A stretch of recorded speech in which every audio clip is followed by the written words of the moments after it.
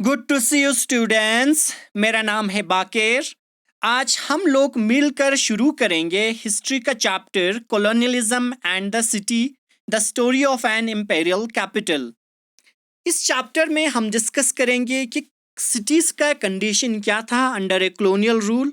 साथ ही साथ हम इम्पेरियल कैपिटल और इम्पेरियल सिटीज़ की कुछ स्टोरीज को भी डिस्कस करेंगे। सबसे पहले आता है question, what happened to the cities under a colonial rule. आखिर सिटीज का क्या कंडीशन था under a colonial rule.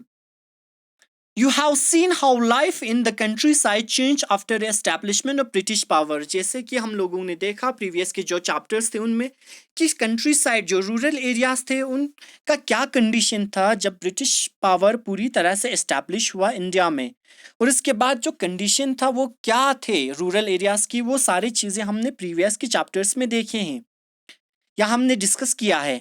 What happened to the cities during the same period? अब क्वेश्चन आता है कि उसी सेम पीरियड में सिटीज के साथ क्या हुआ। यानी रूरल कंडीशन की, रूरल एरियाज की कंडीशन तो बहुत बुरी कंडीशन था हमने देखा, उसी समय सिटीज की क्या कंडीशन थी ये क्वेश्चन आता है। The answer will depends on the kind of town city we are discussing. Answer जो है वो किस तरह के टाउन थे, किस तरह के सिटीज थे, उस पर डिपेंड करता है। यानी जब हम कुछ टाउन और कुछ सिटीज़ के बारे में डिस्कस करेंगे तो उन सिटीज़ और टाउन पे डिपेंड होगा वो किस तरह के टाउन थे, किस तरह के सिटीज़ थे, उसी पे हमारा आंसर डिपेंड होगा। The history of temple town like Madurai will not be the same as that of a manufacturing town like Dhaka. जो हिस्ट्री थे टेम्पल टाउन, जो हिस्ट्री है टेम्पल टाउन जैसे कि मदुराई, उनकी हिस्ट्री काफ़ी अलग थे या सेम नहीं था जैसे कि मैन्युफैक्चरिंग टाउन लाइक ढाका की। उसी तरह से पोर्ट जैसे सूरत की कुछ अलग हिस्ट्री या अलग स्टोरी है। सिमल्टेनियसली बहुत सारे सिटीज़ उस समय, बहुत सारे टाउन्स जो है डिफरेंट डिफरेंट फंक्शन सर्व कर रहे थे, तो सबका अलग अलग हिस्ट्री और अलग अलग स्टोरी हमें देखने को मिलता है। लेकिन ये आंसर किस पे डिपेंड करेगा कि उस समय के किस तरह के सिटीज़ थे, किस तरह के टाउन थे और किस तरह के पोर्ट थे, ये सारे चीज़ें पर डिपेंड करता है। क्योंकि जो मदुराई है वो सेम नहीं था ढाका से, ऑब्वियसली नहीं होगा। ऑब्वियसली ढाका जो है सूरत से सेम नहीं होगा, क्योंकि पोर्ट जो है सूरत का कुछ अलग हिस्ट्री हो सकता है, अलग स्टोरी हो सकता है अंडर ए कॉलोनियल रूल। तो उसी तरह से जो डिफरेंट सिटीज फंक्शन सर्व कर रहे थे उनका सिमल्टेनियसली अलग अलग जो है कहानी और अलग अलग हिस्ट्री और अलग अलग स्टोरी हमें देखने को मिलता है under a colonial rule. In most parts of western world modern cities emerge with industrialisation. अगर हम वेस्टर्न वर्ल्ड की बात करें या वेस्टर्न यूरोप की बात करें तो बहुत सारे सिटीज वेस्टर्न यूरोप में इमर्ज हुआ था इंडस्ट्रियलाइजेशन के कारण। ब्रिटेन की बात करें तो इंडस्ट्रियल सिटीज जैसे कि Leeds and Manchester grew rapidly in the 19th and 20th century as more and more people sought jobs, housing and other facilities in these places. Britain की अगर बात करें तो इंडस्ट्रियलाइजेशन के बाद कुछ इंडस्ट्रियल सिटीज़ इमर्ज हुआ बहुत ही तेज़ी के साथ, जैसे कि लीड्स हो गए, मैनचेस्टर हो गए, ये दोनों सिटीज़ का नाम है बेसिकली। लीड और मैनचेस्टर जो है बहुत तेज़ी के साथ ग्रोथ हो रहे थे, बहुत रैपिडली ग्रो हो रहा था 19 और 20th सेंचुरी में, और बहुत सारे लोगों की लाइफ कंफर्टेबल हो रहे थे जो कि मैनचेस्टर और लीड्स के इंडस्ट्रियल सिटीज़ में जो लोग थे उनके लिए काफ़ी एक कंफर्टेबल और इजी वेबल एक लाइफ था, क्योंकि बहुत सारे लोगों को इजीली जॉब मिल रहे थे, हाउसिंग फैसिलिटीज़ इजीली मिल रहा था और भी बहुत सारे फैसिलिटीज़ लोगों को इन जगहों पर मिल रहे थे जहाँ पे लीड्स और मैनचेस्टर जैसे सिटीज़ बहुत ही तेज़ी के साथ ग्रो हो रहे थे। However, unlike Western Europe, Indian cities did not expand as rapidly in the 19th century. जिस तरह से यूरोप बहुत तेज़ी के साथ 19 और 20th सेंचुरी में ग्रो हो रहे थे इंडस्ट्रियलाइजेशन के कारण, वैसे ही इंडिया में नहीं था। इंडियन सिटीज़ उस तरह से बहुत तेज़ी से ग्रो या तेज़ी से एक्सपेंड नहीं हो रहे थे। क्वेश्चन आता है why this so, why was this so, आखिर ऐसा क्यों था। आखिर यूरोप में इंडस्ट्रियलाइजेशन के बाद इतने तेजी के साथ सिटीज ग्रोथ क्यों हो रहे थे, और इंडस्ट्रियलाइजेशन के बाद भी इंडिया में सिटीज उतनी तेजी के साथ डेवलप क्यों नहीं हो रहे थे, ये एक बहुत बड़ा क्वेश्चन था। In the late 18th century, Calcutta, Bombay and Madras rose in importance as presidency cities. Late 18th century में कलकत्ता, बॉम्बे और मद्रास जो है वो एक प्रेसिडेंसी सिटीज के तौर पर इमर्ज हुआ। प्रेसिडेंसी सिटीज उन सिटीज को कहा जाता है जहां पे वो सिटीज जो एडमिनिस्ट्रेटिव पर्पसेस के लिए यूज किया जाता है, जहां से एडमिनिस्ट्रेशन को कंट्रोल किया जाता है, जहां से एडमिनिस्ट्रेशन चलाया जाता है। प्रेसिडेंसी सिटीज थे कलकत्ता, बॉम्बे, मद्रास, जहां पे गवर्नर जनरल रहता था और उनकी फैमिलीज वहीं पे रहते थे इन प्रेसिडेंसी सिटीज पे, और वहां से वो पूरी तरह से पूरे इंडिया के ऊपर कंट्रोल करता था एडमिनिस्ट्रेशन के द्वारा, यानी एडमिनिस्ट्रेशन जो है वहीं से चलाते थे पूरे इंडिया के ऊपर। वो हो गया presidency cities. They become the centres of power in different regions of India. अब ये कलकत्ता, बॉम्बे और मद्रास थे, ये एक सेंटर्स बना ब्रिटिश पावर का डिफरेंट रीजन्स ऑफ इंडिया में। कुछ रीजन्स में सेंटर बना कलकत्ता, कुछ रीजन्स में बॉम्बे बना, कुछ रीजन्स में मद्रास बना, तो ये एक सेंटर्स बना था ब्रिटिश पावर का। At the same time host of smaller cities decline, लेकिन उसी समय जो छोटे छोटे सिटीज थे वो पूरी तरह से खत्म होने लगे। Many towns manufacturing specialized goods declined due to a drop in the demand what they produce.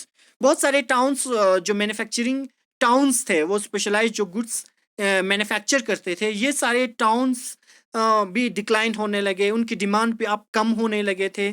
जो ये प्रोड्यूस करता था लेकिन उतना डिमांड उनके लिए नहीं मिलता था, इस वजह से डिमांड ड्रॉप होने लगी, साथ ही साथ ये सिटीज भी डिक्लाइन होने लगी। All trading centers and ports could not survive when the flow of trade moved to the new centers.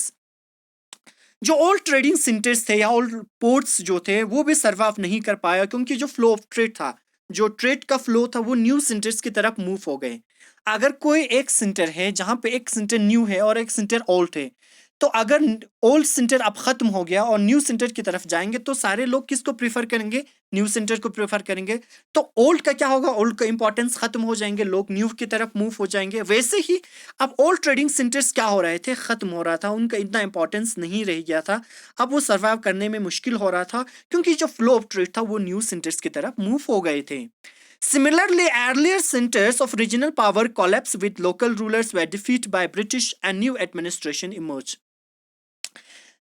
Similarly जो पहले के जो सेंटर्स थे वहां पे रीजनल पावर्स थे, यानी रीजनल पावर्स मतलब वहां पे लोकल नवाब्स हुआ करते थे। अब ब्रिटिश के द्वारा वो सारे लोकल रूलर्स जो हैं वो ख़त्म हो गए, उनको डिफीट किया गया ब्रिटिश के द्वारा। तो ब्रिटिश ने जब उनको डिफीट किया तो वो ओल्ड ट्रेडिंग सेंटर्स था, ब्रिटिश ने उनको नहीं रखा, बल्कि जब उनको ख़त्म किया, जब अपना हुकूमत उन्होंने स्टार्ट किया, तो उन्होंने ओल्ड सेंटर्स के इंपॉर्टेंस को ख़त्म कर दिया और न्यू सेंटर्स उन्होंने बनाना स्टार्ट कर दिया। और न्यू सेंटर्स में उन्होंने एक एडमिनिस्ट्रेशन चलाना, वहाँ पे ट्रेडिंग पोस्ट, साथ ही साथ न्यू पोर्ट्स और इसके अलावा इंडस्ट्रीज एस्टैब्लिश करना स्टार्ट कर दिया। तो ओल्ड सेंटर्स जो थे वो उनका इंपॉर्टेंस अब खत्म हो चुका था और न्यू सेंटर्स का इंपॉर्टेंस शुरू हो गए थे। This process is often described as deurbanisation. इस प्रोसेस को अक्सर हम क्या कहते हैं? डी अर्बनाइज कहते हैं। डी अर्बनाइज का असल में मतलब है कि जो अर्बन के लोग हैं वो रूरल की तरफ मूव होना, that is known as deurbanisation. लेकिन यहाँ पे डी अर्बनाइजेशन का मतलब है कि जो ओल्ड ट्रेडिंग सेंटर्स थे, ब्रिटिशर्स ने उनका इंपॉर्टेंस खत्म कर दिया और उन्होंने नए सेंटर्स बनाए जो कि फ्लो ऑफ ट्रेड के लिए बहुत ज़्यादा इंपॉर्टेंट हो गए थे, यानी उनका इंपॉर्टेंस बढ़ गया था न्यू सेंटर्स का, और ट्रेडिंग सेंटर से ओल्ड पोर्ट से उनका इंपॉर्टेंस खत्म हो चुका था। This process is known as deurbanisation. Cities such as Machilipatnam, Surat, Srirangapatnam were deurbanized during 19th century. कुछ सिटीज थे जैसे कि मछलीपट्टनम हो गया, सूरत हो गया, श्रीरंगपट्टनम हो गए, ये कुछ ओल्ड सिटीज थे जिनका इंपॉर्टेंस खत्म हो गए थे, डीअर्बनाइज हो चुका था 19th सेंचुरी में। But early 20th century only 11% of Indians were living in the cities. अगर हम 20th सेंचुरी की बात करें तो 11% ही इंडियंस जो है वो सिटीज में रहता था। The historic imperial city of Delhi became the dusty provincial town in the 19th century before it was rebuilt as capital of British India after 1912. यानी 1912 के बाद ब्रिटिश ने दिल्ली को एक नया कैपिटल बनाया, एक न्यू कैपिटल बनाया, एक इंपीरियल सिटी बनाया। उससे पहले 19th सेंचुरी में दिल्ली एक डस्टी सिटी था 19th सेंचुरी में, और ये एक हिस्टोरिक इंपीरियल सिटी था, क्योंकि हम जानते हैं कि बहादुर शाह जफर और उससे पहले की जो किंग्स थे वो सारे जो हैं दिल्ली में ही रहता था। तो एक ये इंपीरियल सिटी था और एक डस्टी सिटी था 19th सेंचुरी में, लेकिन बाद में इसको एक कैपिटल बना दिया, ब्रिटिशर्स ने रीबिल्ड किया, दिल्ली को एक कैपिटल बना दिया 1912 के बाद। Let us look at the story of Delhi to see what happened it under the colonial rule. चलो सबसे पहले हम डिस्कस करेंगे इंपीरियल सिटी दिल्ली के बारे में, और देखेंगे कि आखिर दिल्ली के साथ क्या क्या हुआ under a colonial rule. So students, हमारा लेक्चर यहीं पे खत्म होता है। आपको क्या करने हैं, प्रीवियस के जो लेक्चर्स हुए हैं, प्रीवियस की जो लेक्चर के सीरीज हैं, उन सीरीज को बार बार अपने बुक्स को सामने रखते हुए आप उनको रिपीट करो, और इस लेक्चर को भी आपको बार बार रिपीट करना है, और अपने बुक्स को सामने रखते हुए आपको बार बार रिपीट करना है। Thank you so much students, have a good day.